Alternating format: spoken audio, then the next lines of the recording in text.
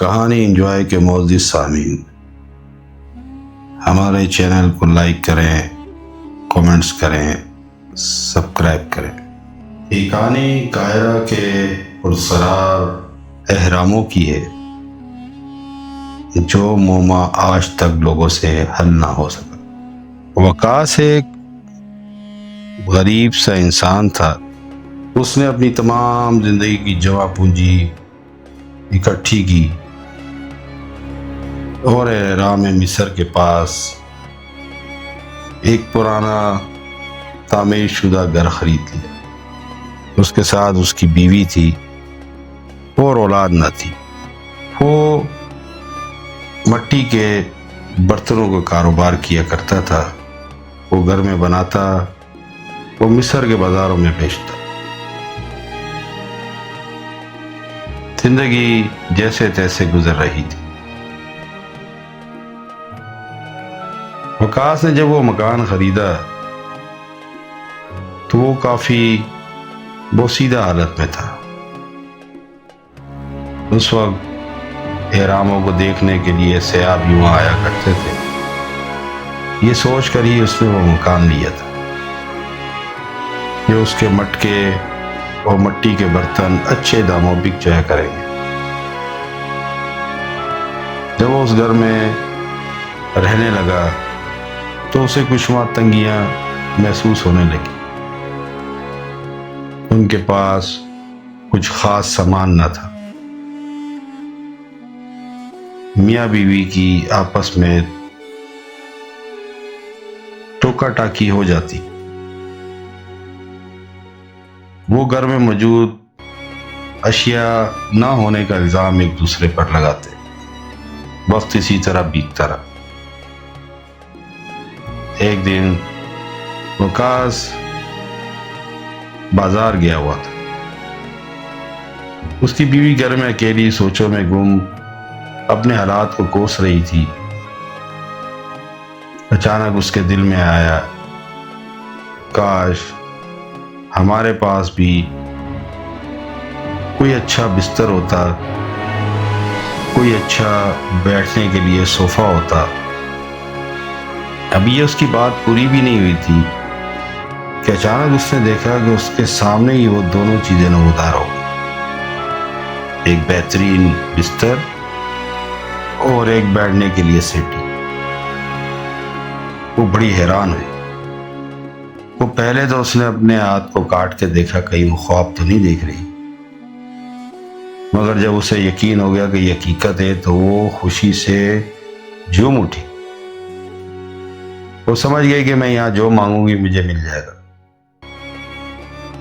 اس نے اپنی بے تحاشا خواہشیں گنانا شروع کر دی اور اس کا گھر آہستہ آہستہ ان تمام چیزوں سے بھرنے لگا۔ وقاص جب شام کو گھر آیا تو وہ حیران رہ گیا کہ اس کے گھر میں ریشمی پردے، ایرانی قالین، بہترین بستر اور بہترین برتن، اور اس کی بیوی کے تن پہ یہ خوشنما لباس۔ وہ بہت حیران تھا۔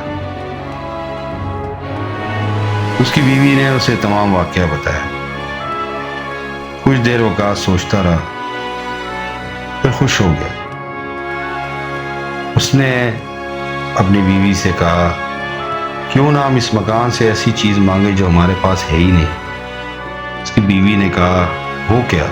اس نے کہا، ہمارے پاس اولاد نہیں۔ ان دونوں نے پھر ایک ساتھ اپنے لیے اولاد مانگی۔ کچھ ہی عرصوں میں ان کے یہاں اولاد بھی ہو گئی۔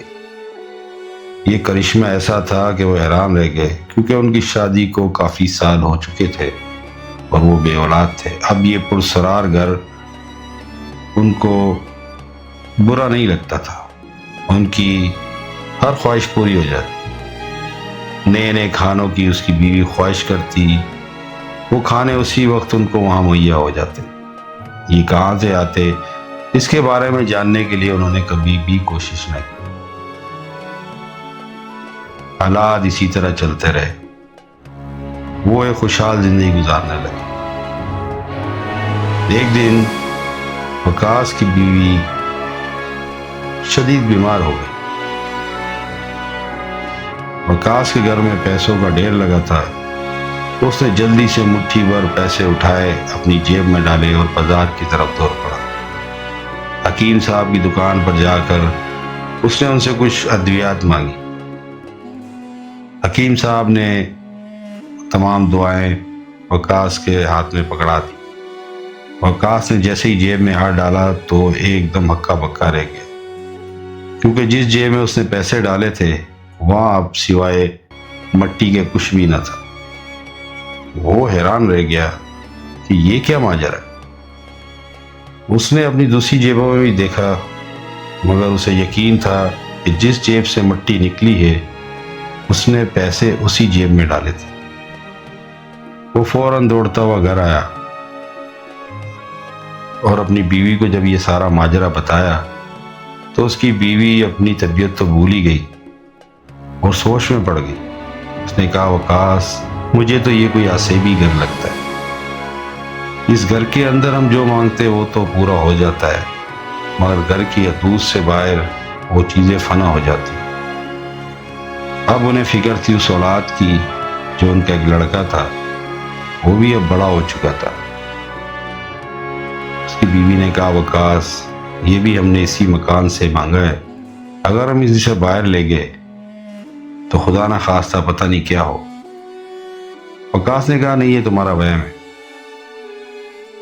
اسی دورانیے میں کچھ ایسا کام پڑا کہ وقاص بازار میں دیر سے رک گیا، تو اس کی بیوی نے اپنے بچے کو کہا کہ اپنے پاپا کا پتہ کر کیا۔ جب وہ لڑکا گھر کی حدود سے باہر نکلا تو اس نے محسوس کیا کہ اسے ایسا لگ رہا ہے جیسے وہ ایک بوڑھا آدمی بن چکا ہے۔ وہ فوراً گھر کی طرف واپس بھاگا، مگر اس کی حالت ویسی کی ویسی تھی۔ جب اس کی ماں نے اسے دیکھا تو حیران رہ گئی۔ وہ ایک 70-80 سال کا بوڑھا بن چکا تھا۔ وقاص کی بیوی سمجھ گئی کہ یہ آسیبی گھر کے کمالات ہیں جو اب ظاہر ہونا شروع ہو گئے۔ اب وہ اس گھر سے خوفزدہ ہونے لگ گئی۔ انہیں ہر مانگی ہوئی چیز سے خوف آنے لگا۔ وہ اپنی غربت کی زندگی میں خوش تھے، مگر اب آسائشوں والی زندگی میں انہیں ایک عجیب سی الجھن تھی۔ انہیں سمجھ نہیں آ رہا تھا کہ اس گھر سے وہ چھٹکارا کیسے پائیں۔ جب شام کو وقاص گھر آیا، اس کی بیوی نے تمام ماجرا اور اپنے بیٹے کو سامنے کھڑا کیا تو وقاص کے تو ہوش ہی اڑ گئے۔ وہ فوراً سمجھ گیا یہ بچہ بھی ان کا نہیں ہے، بلکہ ایک آسیبی قوت سے ان کے گھر میں ہی پلا بڑا ہے۔ اس نے اپنی بیوی کو فوراً ساتھ دیا اور اس گھر کو خیر آباد کہہ دیا۔ وہ جیسے ہی اپنے گھر سے نکلے، ابھی کچھ ہی دور گئے تھے تو ان کے اوپر ایک عجیب راز افشا ہوا۔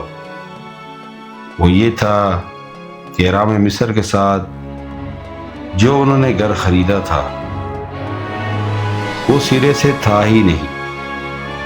دنیا کے کسی بھی شخص کو وہ گھر نظر نہیں آتا تھا۔ جب انہوں نے پلٹ کر دیکھا تو واقعی وہاں ایک چٹیل میدان تھا، وہاں گھر کا کوئی نام و نشان نہیں تھا۔